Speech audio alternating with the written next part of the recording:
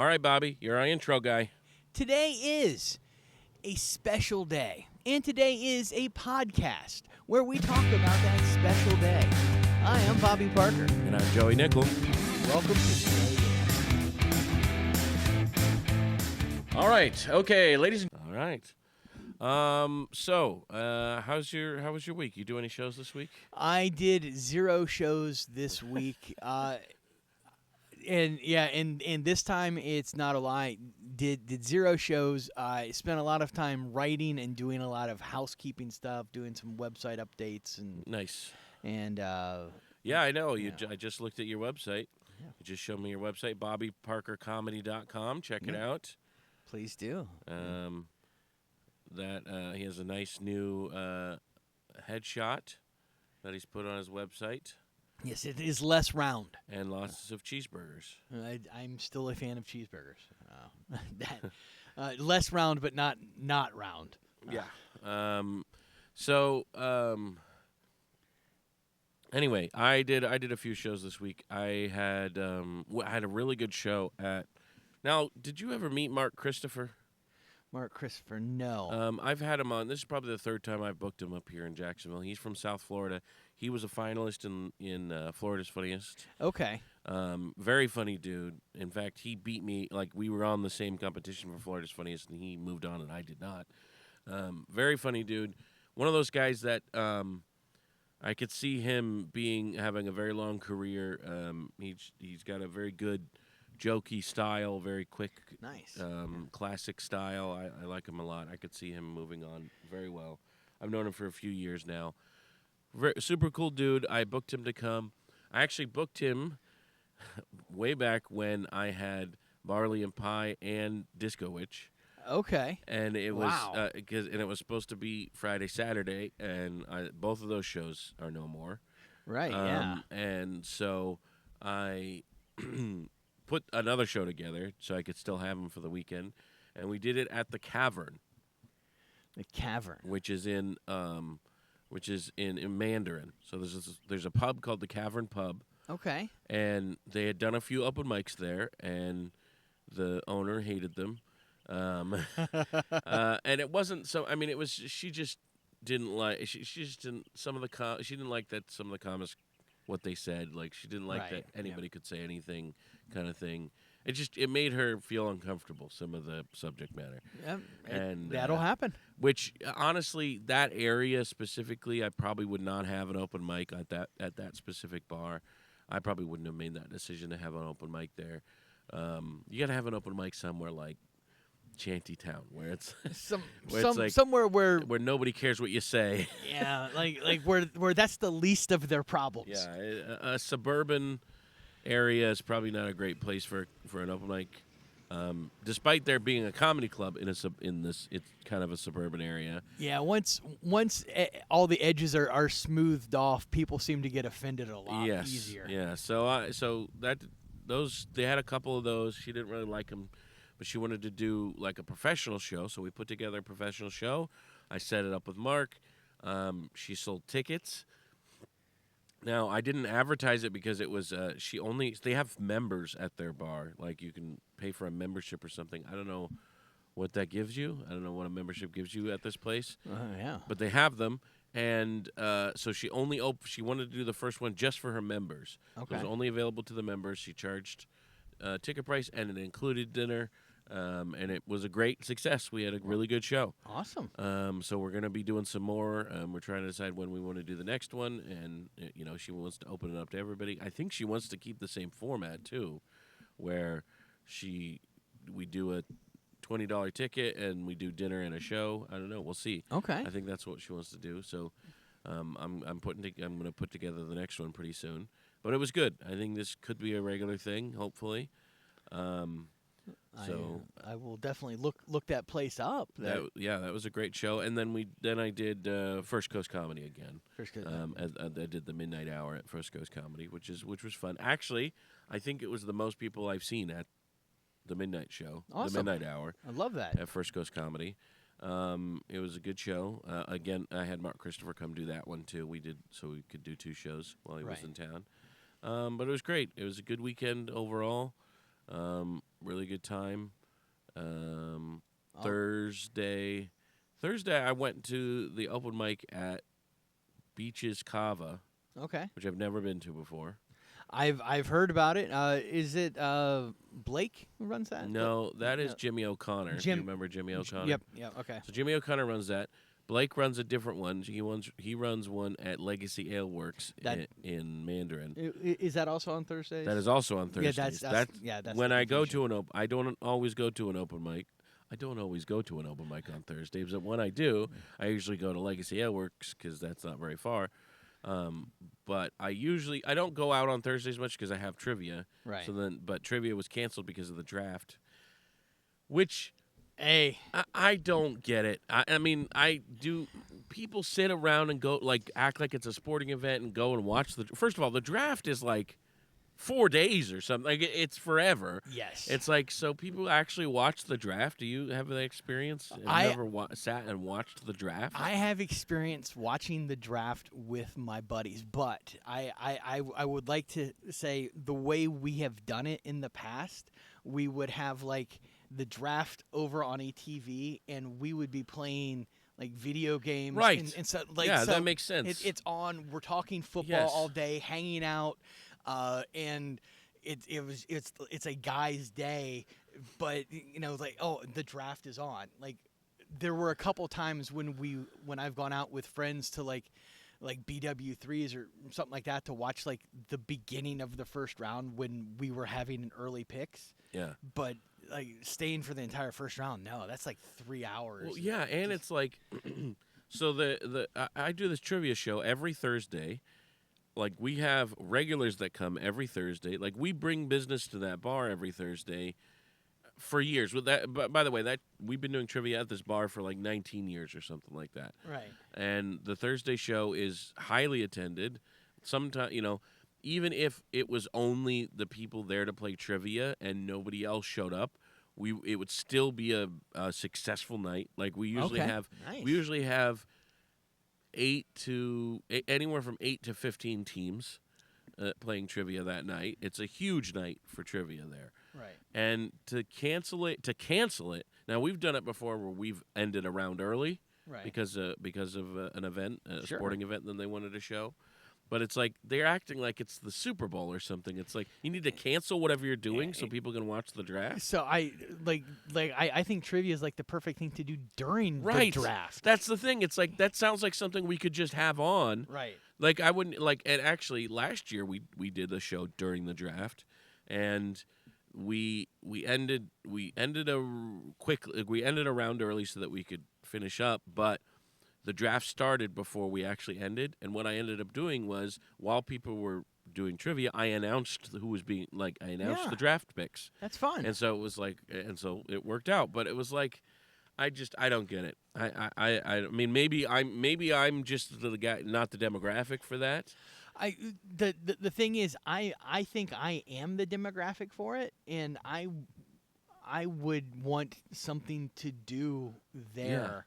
I enjoy listening to the commentary and research on football. I do, or maybe but not for 3 hours. Maybe and I want to talk about it. Maybe their thought is like, we're gonna make enough money from people coming to watch the draft that we don't need to have the trivia that night. Maybe that's their thought. Yeah. Maybe they're trying to save money, and they're like, then we don't have to pay for trivia. I don't know, but it seemed kind of, I don't know. I just was like, all right, that was fine. But that's why I went to the other open mic, because I never get to go. I've never been out there before.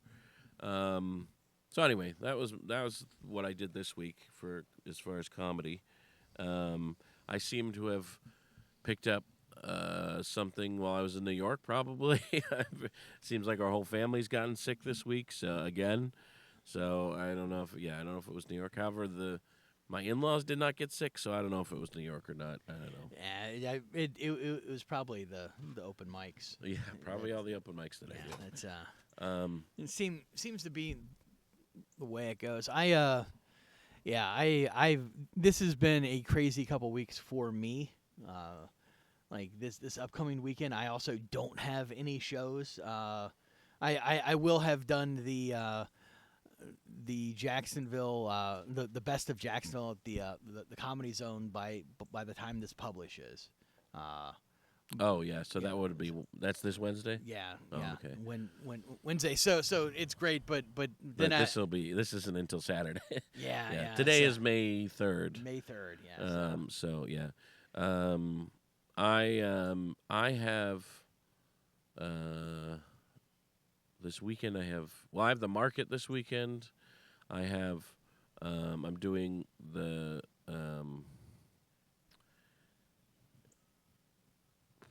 Kingsland Station okay. show. Nice. I'm doing the Kingsland Station. I'm doing the at the theater there. The Kingsland train station has been converted into a theater, and they do comedy shows there. I'm doing that on Saturday, Yes. and I'm also doing the Midnight Hour again on Saturday. So that's what I'm doing this week. Um, That's cool. My stepson is graduating from college today. May Oh, 3rd. really? May 3rd. Yep. oh, nice. And so he. And what was it? It was something in music, right? Yep, he's a music major at JU, Jacksonville University, which has just announced that it's eliminating the fine arts programs, getting rid of What? the music program. Really? So he's So he's going to be the last graduating class, or are they going to have another one? They do have a path for graduation for upperclassmen and people who don't want to transfer. That Why only are they cutting their budget? Why are they cutting there's a lot of information out there. I don't know. It's not a very popular program. I think arts are super important, but I think there's been a lot of mismanagement. Oh, that's not good. Financially. I don't have any proof, but it's JU's a private school, right? Yeah, You would think a private school would have more arts in it. You would think so, Yeah. but you would also think that they would take a lot less government handout money, which they do. But neither here nor there. He's getting a degree from He's getting his degree from a very good school, and all the news articles say it's not a problem with the teaching, it's a problem with the finances. So good for him. Well, sad news for JU, but sad. congratulations to your stepson. Yeah. Before we continue, I have a couple things. Like, we haven't Easter passed, and we never talked about it. But what is your favorite Easter candy? My favorite Easter candy. It's like the only time of year that I would eat it, but a Cadbury egg. Yeah, is one of my, it's the only time they're available. Well, actually, they're available at Christmas now. Yeah, no. But you can't. It's weird. That's weird to eat it at Christmas time. Right, and so that's like the one thing I associate with. Yes, with, for sure. Cadbury eggs. Easter. Yeah. Like Peeps, I hate. Oh, really? Yeah, hate Peeps. They're I like Peeps. They're gross. Like candy. I like a chocolate. Definitely Cadbury egg is.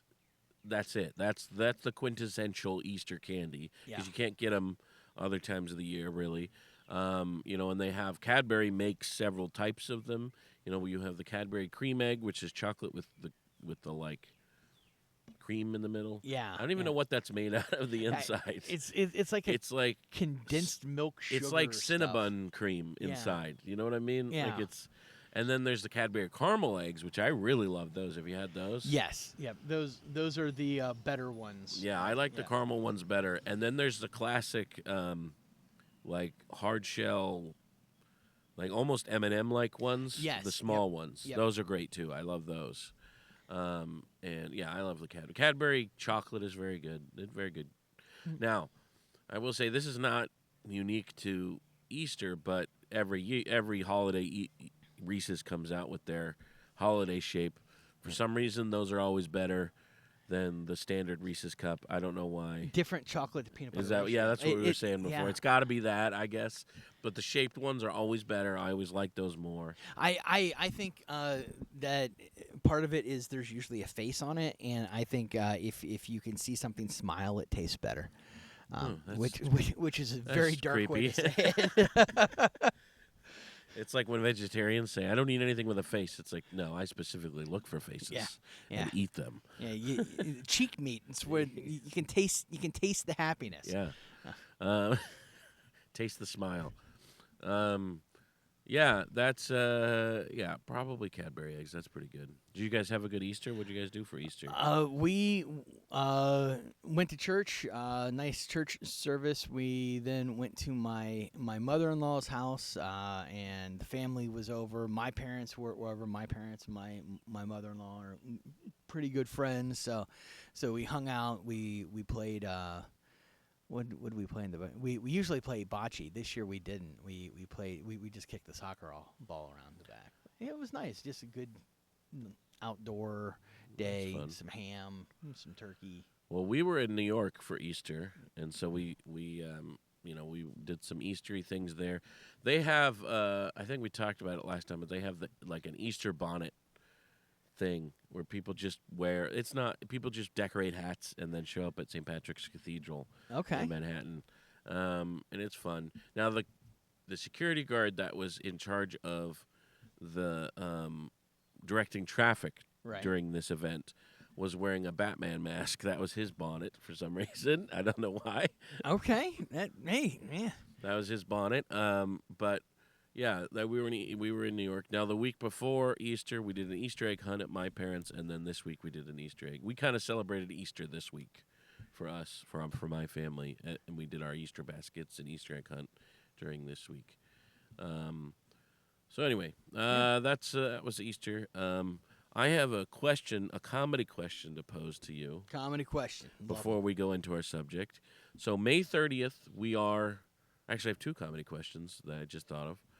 One comedy question. May 30th, we are doing a show at Shantytown. We're doing a professional show there. We're charging $10 at the door. It's gonna be fun. You can see Bobby and I do longer sets. We have another guy, Richard Aragon, is going to be on the show. He's going to do a guest set, and he's going to run the door for us. Awesome. And take the tickets and stuff like that. Going to be a fun night. That'll be on my calendar pretty soon. I wanted to ask you. So I asked him to do the show, and he thought for some reason he thought I had asked him for the 25th of May, but it's May 30th. May 30th. Okay. Right? And he thought I had asked him for the 25th of May, which happened to be his wife's birthday. And he kind of forgot it was his wife's birthday. So when he says, "Hey, honey, I got a show on the 25th," and she's like, "That's my birthday." She got mad at him. It was a whole big argument. Like they had a whole argument about it, and because he wanted to do the show on her birthday, and it's like, well, we can celebrate we can celebrate during the day or whatever. I don't know what his argument was, but they got into a big fight about it, and then when we were talking at Shantytown, he's like, "Wait, it's the 30th? I got in a big fight about this." So he's not going to miss his wife's birthday, thankfully. But have you ever done a show on your wife's birthday? And what would what are your thoughts on that? Would you even feel comfortable mentioning that you have a show on your wife's birthday? So would I feel comfortable mentioning it? Yes. Would I do it? Yes. But I would have also had it scheduled before, and I would have asked my wife. You would have asked your wife before you scheduled it. Yeah, you wouldn't have forgotten about your wife's birthday. No, Yeah. no. I will say though, my wife's birthday is just a couple days before Valentine's Day. So okay. so I have got just a huge minefield to navigate at the beginning of February. So I Yeah, know well, beginning of February. Yeah, that's a big deal for you.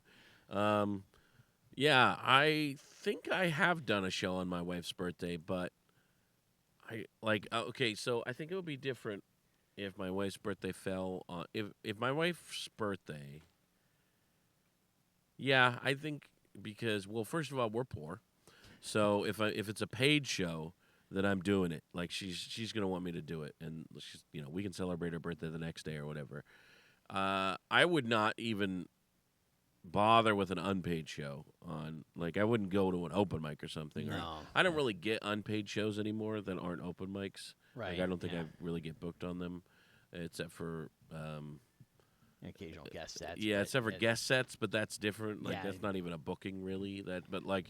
So I don't know that I would have even done a non-paid booked show like that where I would schedule it in a long time. But yeah, if it's a paid show, I think my wife's gonna be like, "Yeah, you'd get the money because we need the money. We'll spend the money on your birthday." Right. Yeah. Um, that's But yes, I would definitely would not have forgotten it was my wife's birthday. I think that's where the fight came. Yeah, I think that's got to be it. Was that he agreed to do it, forgetting that it was his wife's birthday. Thankfully, it's not his wife's birthday, so hopefully he was able to get over that fight. Yeah, I'm glad he settled that because that's we're getting it. Yeah, Getting that's the transgression is the forgetting it's your wife's birthday.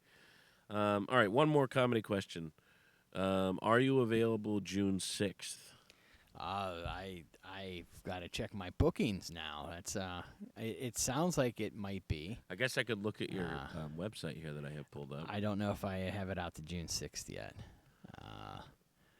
June 6th, I have that open. All right, June 6th. I believe it's a Friday. Is that a Friday? It is. June 6th, we are doing a brand new show at Really Good Beer Stop in Nocatee. Really good beer stop, Nocatee. Really Good Beer Stop in Nocatee. It's going to be a ticketed show. It's going to be $20, and you get a beer included with the ticket. So with the ticket price, you'll get a one drink ticket that you can bring to the bar, and they'll give you a beer with it. This is a new location. I had some people from Nocatee at a show of mine, and they're like, "Would you ever do a show in Nocatee? Because we don't want to drive into the city to see shows." And I said, I'll try to look for some places. And it was the only brewery in Nocatee. Yeah. And one of only maybe 2 places that even would have something like this. Like one of only like 2 bars in Nocatee.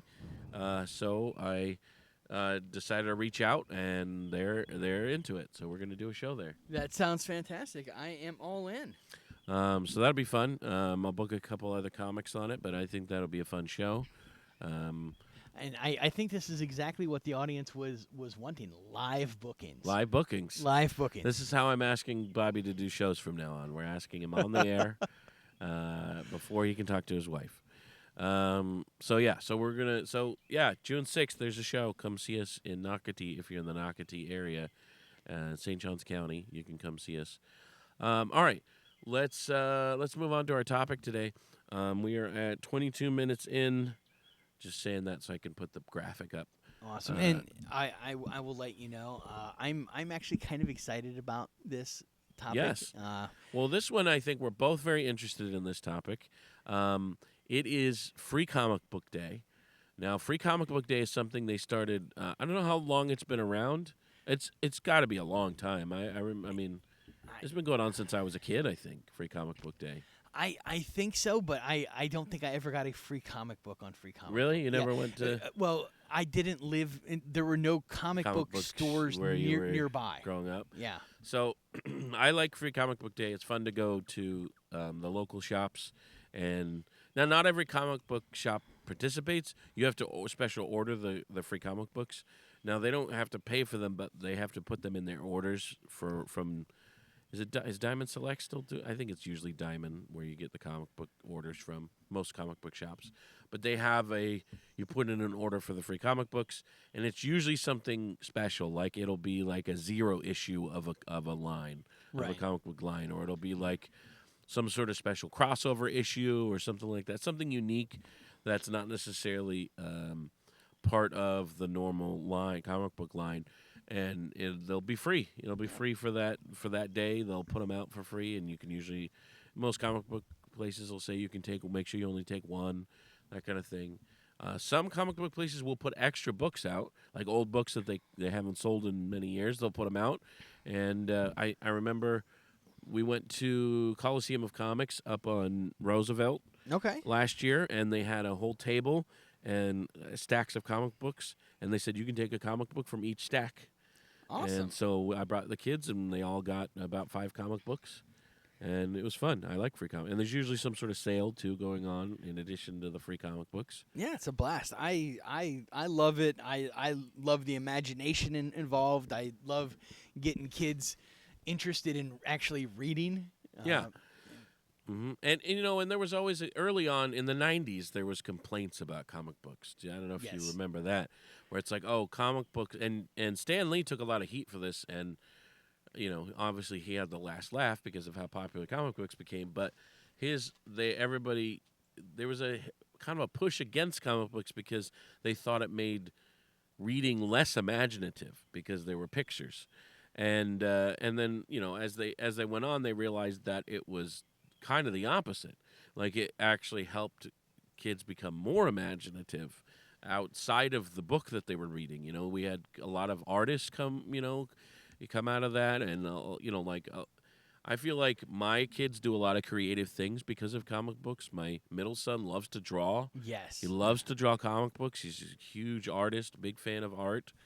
So I feel like there's a lot of creativity that has been born out of comic books that maybe was assumed wouldn't be at the time. Absolutely. I was introduced to comic books almost as a lark. I was only child. It was like elementary school, middle school. My dad was being transferred to another city for like a year. Temporary housing. So we're keeping our house. So my mom was a teacher, so we're kind of split up, and so we were traveling back and forth all year. Every weekend kind of thing, and in the car a lot.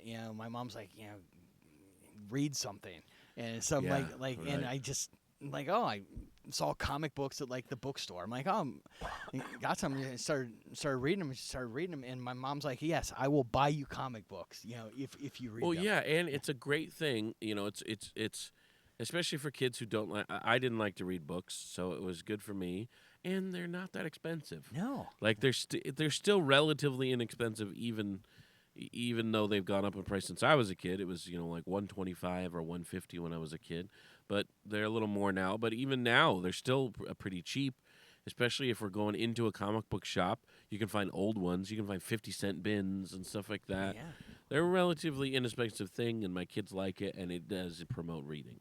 Yeah, and aside from that, the reading, we talked about the art, just the different points of view. I think probably one of the most imaginative things that I remember from reading comic books as a kid was like, hey, this bad guy, he's trying to do all these terrible things, and then I was reading like the story from the bad guys, like he thinks he's doing a good thing, Right? like yeah, oh my yeah. goodness, like it's not clear cut, it's not black and white. Yeah, a lot of comic book villains. You obviously had your classic comic book villains that they tried to make it very black and white, but comic books, they were very good about giving other perspectives, and it's like, well, this guy thinks he's doing what's right, or this guy, yeah, I really like the complexity of how comic books. They weren't always complex back in the day. Not at all. When comic books first started. I mean, the whole term comic book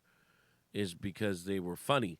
Right. Because they were called comic books because they were funny. They were actually just comics. They were comic strips. That's how they started, and they were supposed to be funny little, one-line comic strips, things like the Peanuts and stuff like that. And then they started making books with them, and then like Archie and Jughead and stuff, that was Archie comics. You think of funny stuff.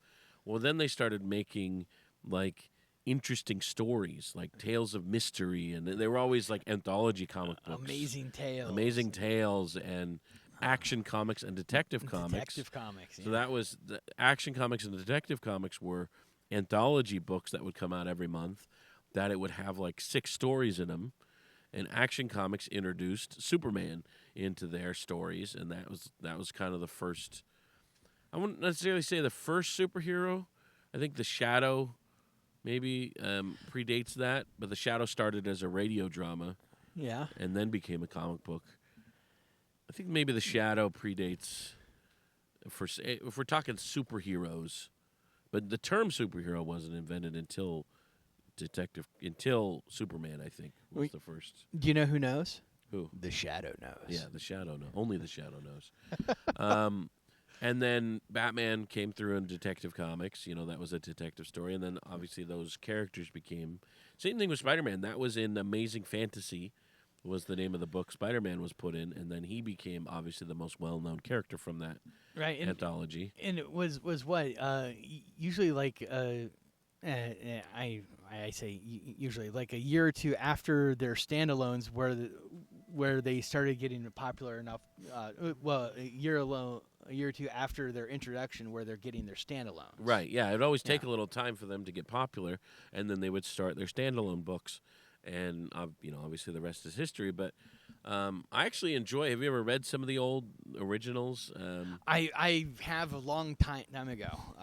Yeah, they're actually some of them are kind of fun. It's you kind of see what, and now Batman. I don't think that was intended for kids.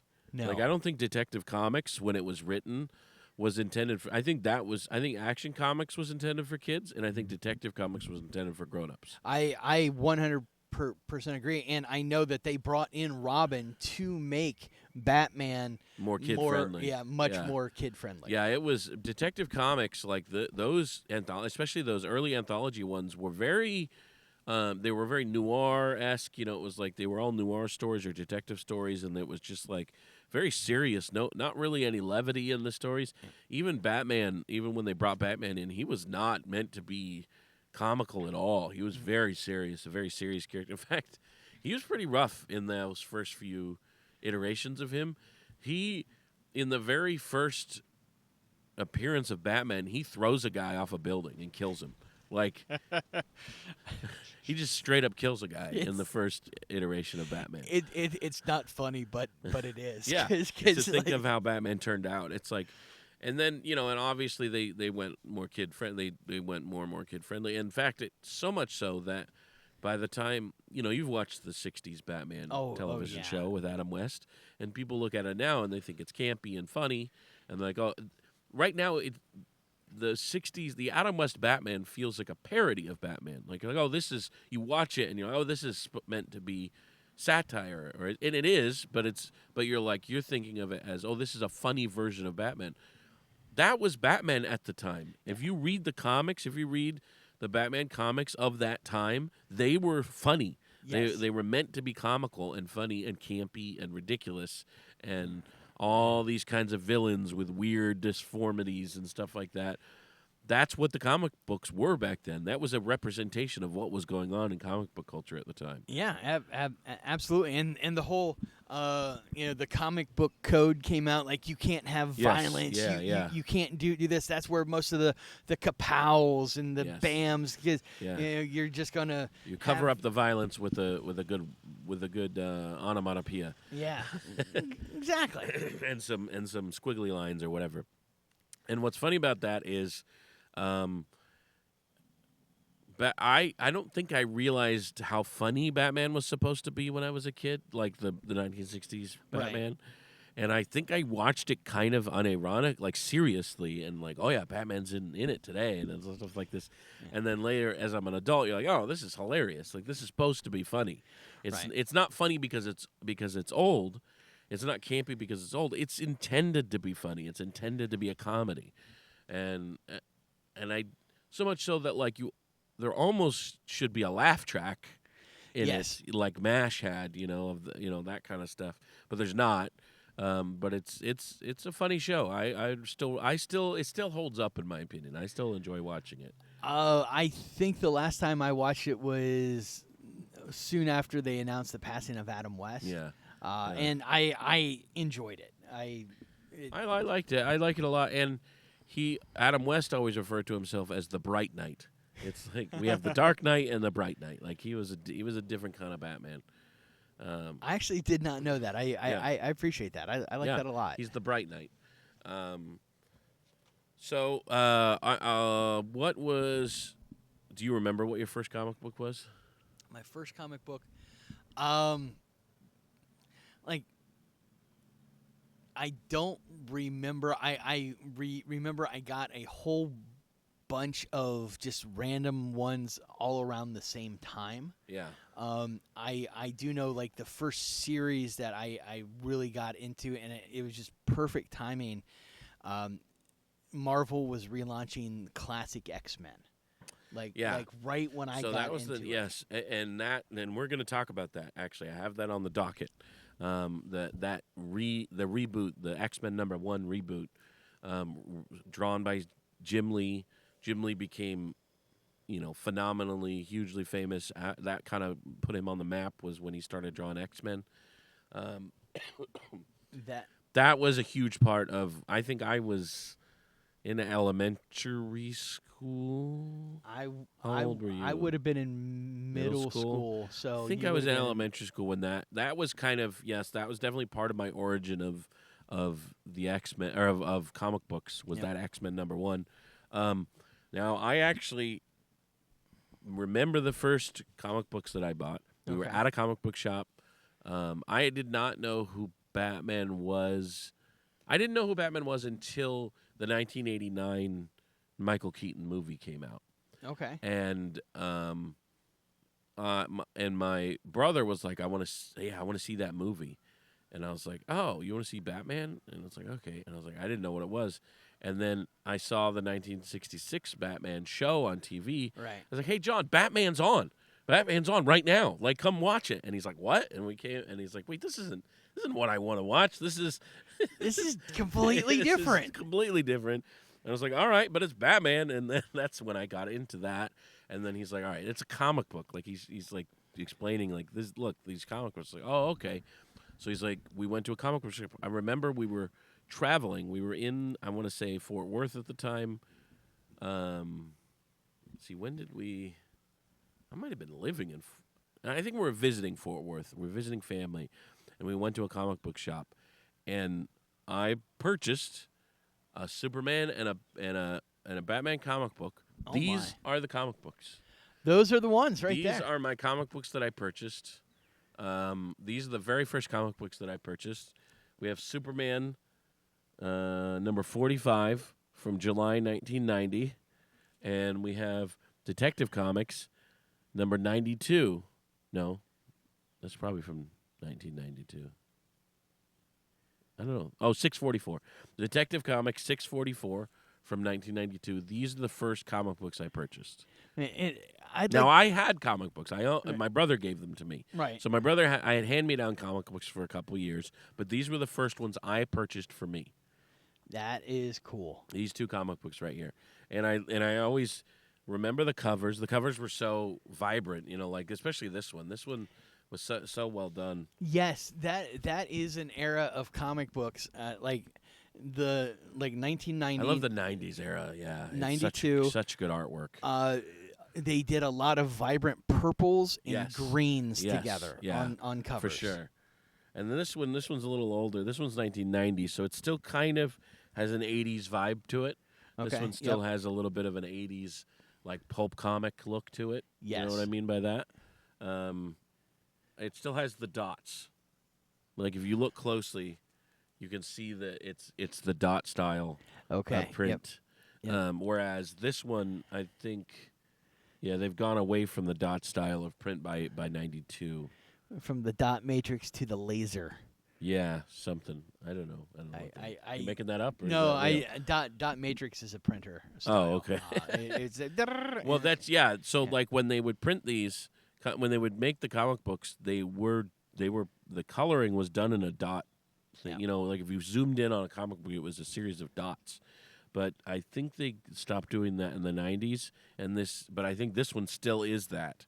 This is an old. If you kind of look at the art style too, it still looks a little 80s, and this one is well into the 90s, especially with the detail.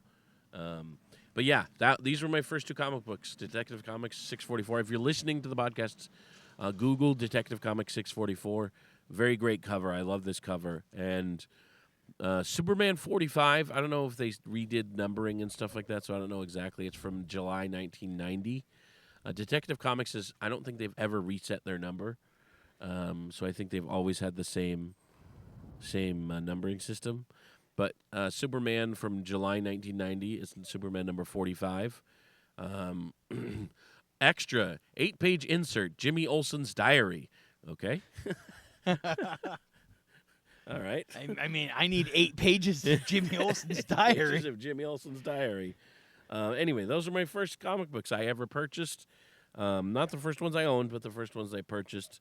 Those were, and they're vividly in my head. I remember finding the comic book. I remember years later, like a couple years ago, being like, "What comic books were those?" And I remember the look of the cover, and I started looking, googling comic books, detective comics from that era, and I found it. And then my brother's like, "Oh yeah, we still have that. I have that in my boxes," and we went and got it. Nice. So yeah, those are my. Oh, there's one more comic I want to grab before the show's over. But anyway, we can keep going with the subject. Yeah, I do know the first time I remember buying a comic book, and this is, obviously my parents buying it for me. I was young. I was probably like 7 years old or so, and we were traveling. We were in California and just went over to Mexico. So we're just in Mexico for the day, and just we stopped and got like a store like a soda and like some bubble gum, something like that, and my mom was like, "Hey, if you want something else," and like I picked up a Green Lantern comic book. I remember it was Green Lantern, but it was an old Green Lantern where he had like a red like the cape. yeah, and Yeah. and it was all in Spanish. Oh yeah, because you're in Mexico. Because I was but like my mom's like, yeah, it's fun.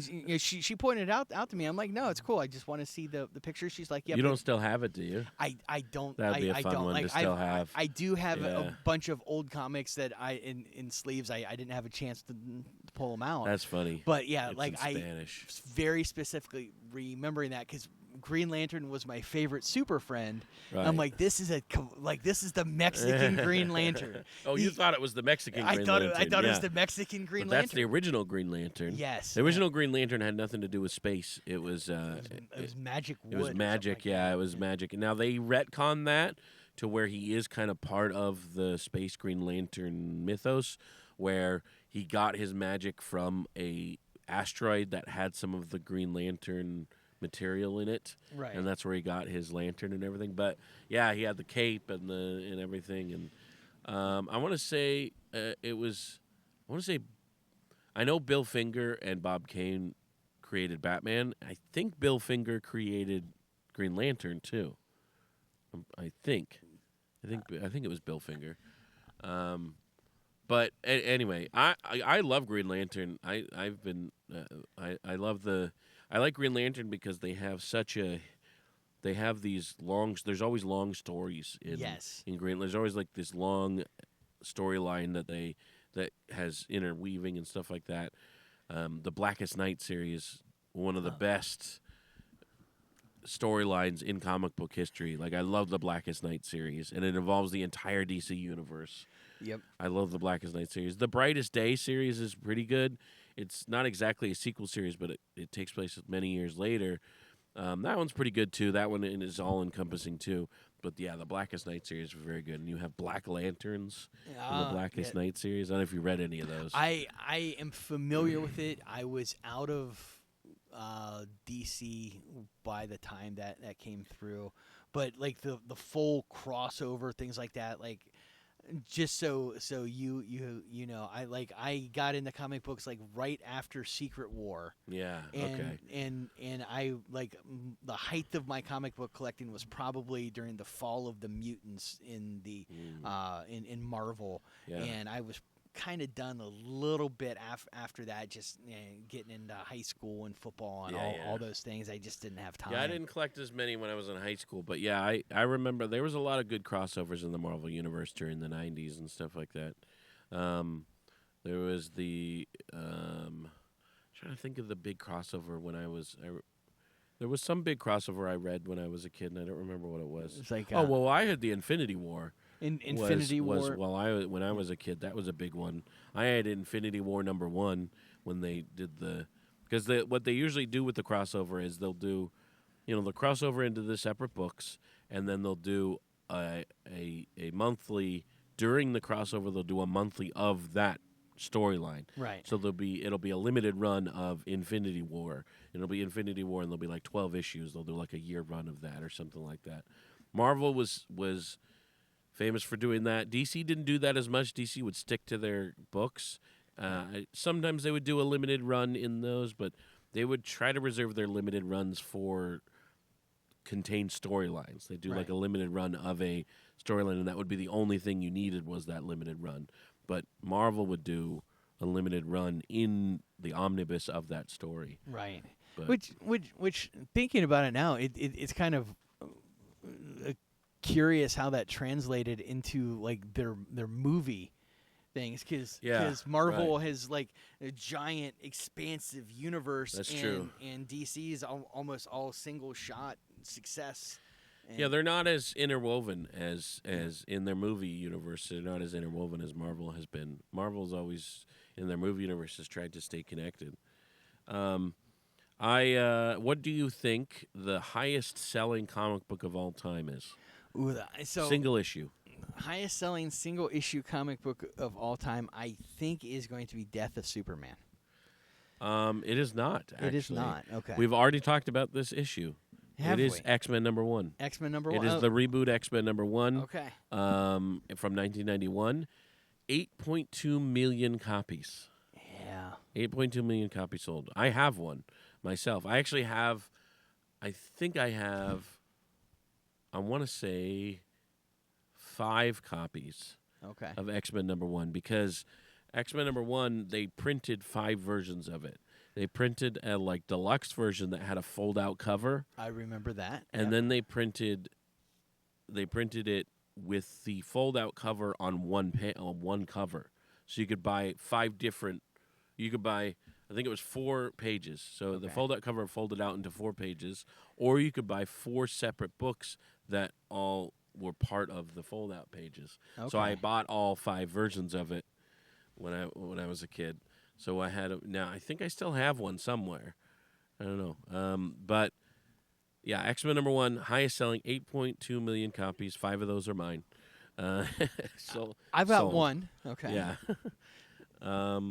What do you think the what do you think is the highest selling comic book series is or comic book periodical is? Oh, the highest selling. So not one issue, but just overall, So all time seller. so that's tough because like my thought process, Superman is broken up into like 5 different series. Right. So I'm going to go with one that I know has had an extremely long run that we've already talked about, Detective. That That series. is close. Okay. So it is. Actually, I don't know if this is. You know what? I think it is just according. Yeah, I think this is series. Okay. Yeah, so highest selling or most copies sold. Okay, most copies sold, and I think this is broken up into. This is the line. This is the so it's not like character by character. I think it is by title. All right, hold on. I gotta get some water real quick. All right, man. Feel better. Whew. Talk amongst yourself. All right. So Joey is going to get some water. It makes me always curious what the Wonder Twins were about. I mean, they would be like Wonder Twin powers activate, and then one would become an animal, and the other one would have to become like water or ice. And they had a monkey. Form of. Yeah, form of a bucket of water. So it wasn't just always water; he was also a bucket. Oh yeah, that's true. Yeah. All right, so highest, most copies sold, and it is by I think it is by title, Superman. The Superman title. Okay, Superman. That Most copies sold 600 million. 600 million, and with 18,000 issues of Superman. Wait, no, that doesn't make any sense. Well, maybe it is by character. Yeah, that 18,000 issues. I don't think there's been 18,000 issues of just Superman. No, that couldn't be. Single issue. Yeah, I don't know. That does seem. What does that mean? 18,000 issues. Oh yeah, okay. So it is by character. because they're listing like Absolute Superman, Action Comics, Superman, Adventures of Superman, Dark Knights of Steel, and Superman Lost. Those are the lines. Those are the books. So it is by character. Okay. So it is Superman, 600 million. Batman is second with 484 million. That's a big jump. Yeah. Huh. I would suspect Spider-Man to be third. Spider-Man is third. Okay. You're right. Spider-Man is third. Who do you think is next after Spider-Man? Okay, after Spider-Man, I'll give you a hint. It's not a person. It's not one person. It's a team. It's got to be the X-Men. Yeah, X-Men is next. Which is funny. What's funny to me is that the Marvel built their universe on the Avengers because that's who they owned. Right. They didn't own X-Men for movies, but when I was growing up, the Avengers were the B team. Like the Avengers were like the X-Men was the number one book. Like that's the one everybody wanted. Absolutely. And the Avengers were like the Avengers are cool, but the X-Men is cooler. X-Men has Wolverine. Yeah. I and even the Avengers. I'm like, the Avengers are awesome, but I'm kind of a West Coast Avengers guy. Right. By the time I got into comics, the Avengers weren't even the Avengers anymore. It wasn't even it wasn't the classic Avengers anymore. You had all kinds of Avengers, or West Coast Avengers or Dark Avengers, all that stuff. Yeah, there's the Great Lakes Avengers, I believe. Yeah, there's all there. There were all kinds of Avengers by then. So we've got X-Men. Yeah, that's number 4. What do you think is number 5? 5. We're back to single character. Single character. Give you a hint. It is an Avenger. It is a Captain America. Yeah, Captain America. Okay. Yeah. Now, Captain America, that one, I think just on longevity, they probably, although Batman and Superman, although they are higher, Batman and Superman have the longevity too. But like Captain America came out a good more than 20 years before X-Men and Spider-Man. X-Men and Spider-Man both came out in 1963. Captain America came out in 1941. Captain America was current, like when you see the World War II storyline, it was written during World War II. Right, yeah, it was. I know Captain America had a little bit of a lull during the '60s and it did. And it was in '70s. It was. He went away for a while, and then they brought him back. Yeah, and that's the ice. That's where the ice comes from. Is when they brought him back, and whenever that was, the '70s or '60s or '80s or something. I don't remember how long he was in the ice in the original series. In the movies, they had him in the ice because he came back in the 20-teens. Right. So it was like it's almost 80 years. They had him in the ice for like 70 years or something like that.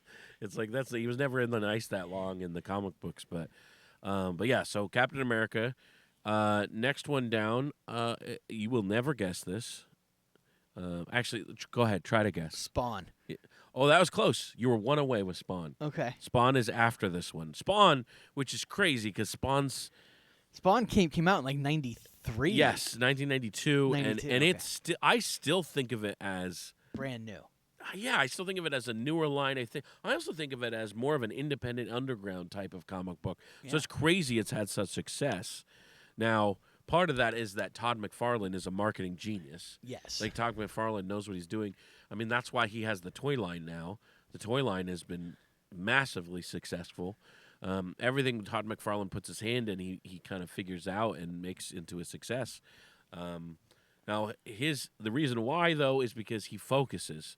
It's like he's not trying to build a movie studio. He's not trying to make it, he keeps his focus on one or two things, and he does them very well. So, yeah, Spawn, that is up there. But right before Spawn is this comic book called Diabolik, spelled Diabolik, and it's in Italy.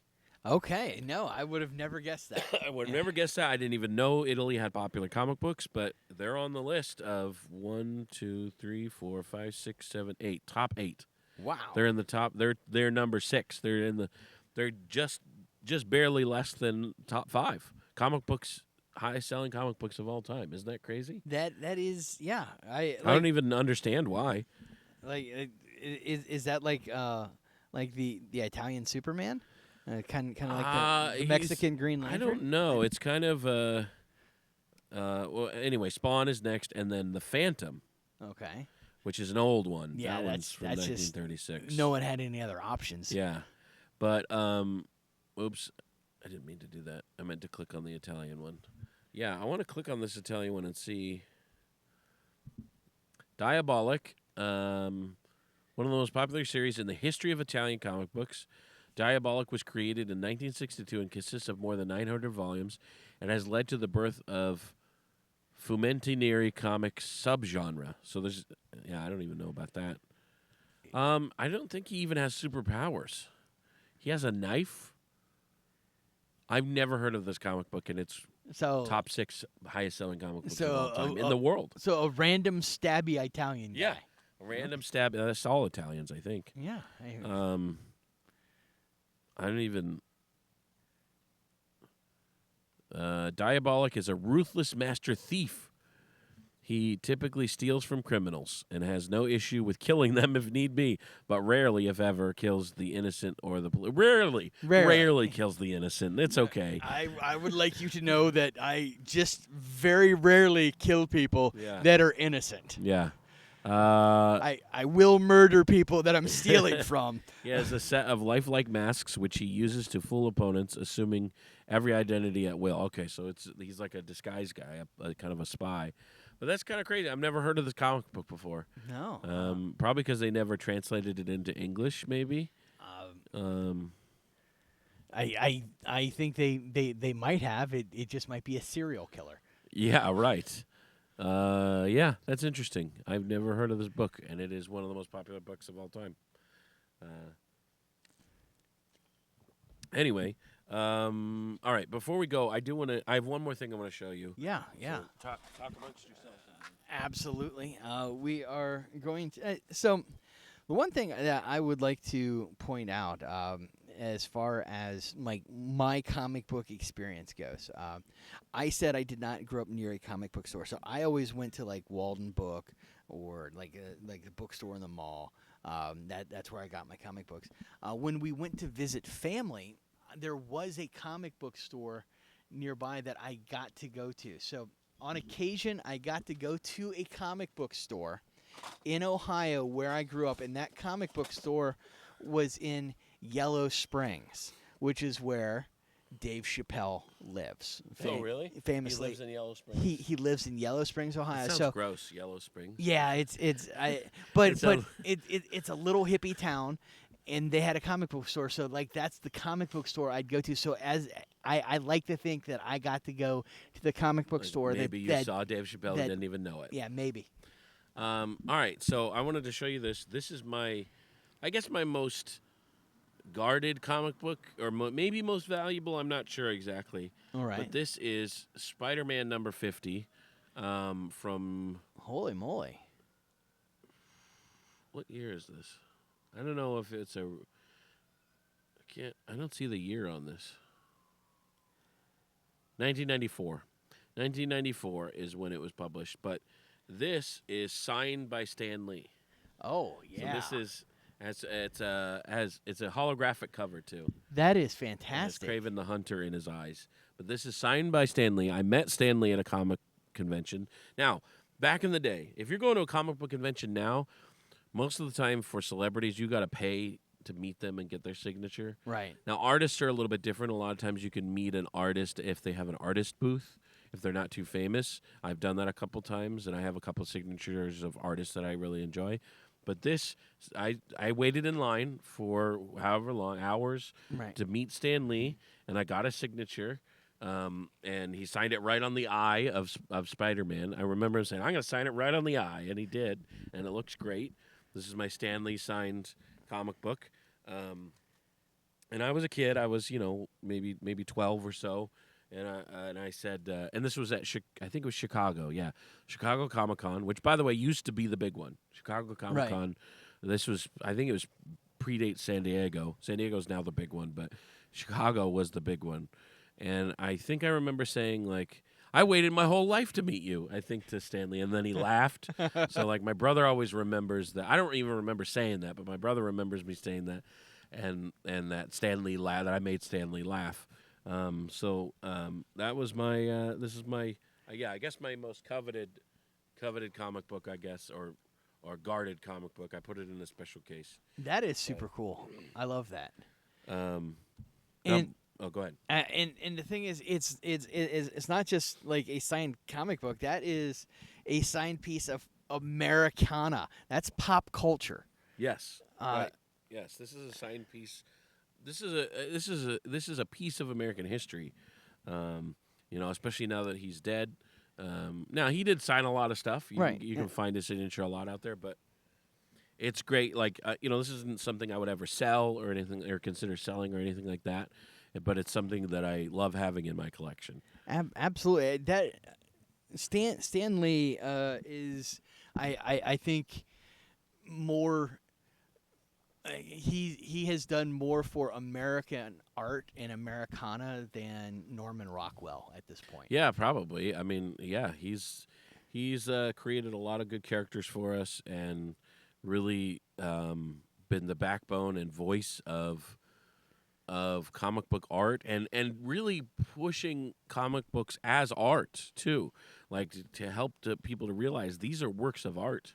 Right. In literature as well as in visual art, imagination, and creativity, and I've always enjoyed them as pieces of art as well as fun things to read. They're not just fun things to read; they are good pieces of art, and I've tried to pass that on to my children, and hopefully that continues on. I think that's the thing that we have to focus on. We do it for the children. We do it for the children. Always for the children. Yeah. I have thousands of dollars of memorabilia and comic books, all for the children, that they're not allowed to touch. All right, well, that's our podcast. Again, May 30th, we'll be at Shantytown. June 6th, we will be at Really Good Beer Stop in Nocatee. Yeah. This weekend, today, I will be at Kingsland Station. Yeah. Today I will be at Kingsland Station in Kingsland, Georgia, I'll be headlining that show, and tonight I will be at First Coast Comedy doing the Midnight Hour again. Rock it, man! Enjoy it. I'm gonna go watch Graduation. All right, sounds good. Thank you for listening. This has been Today Is. Do we say our names at the end? I forget. No. This has been do we? I'm Joey Nickel. I'm Bobby Parker. See you tomorrow. Have a good one. Yeah.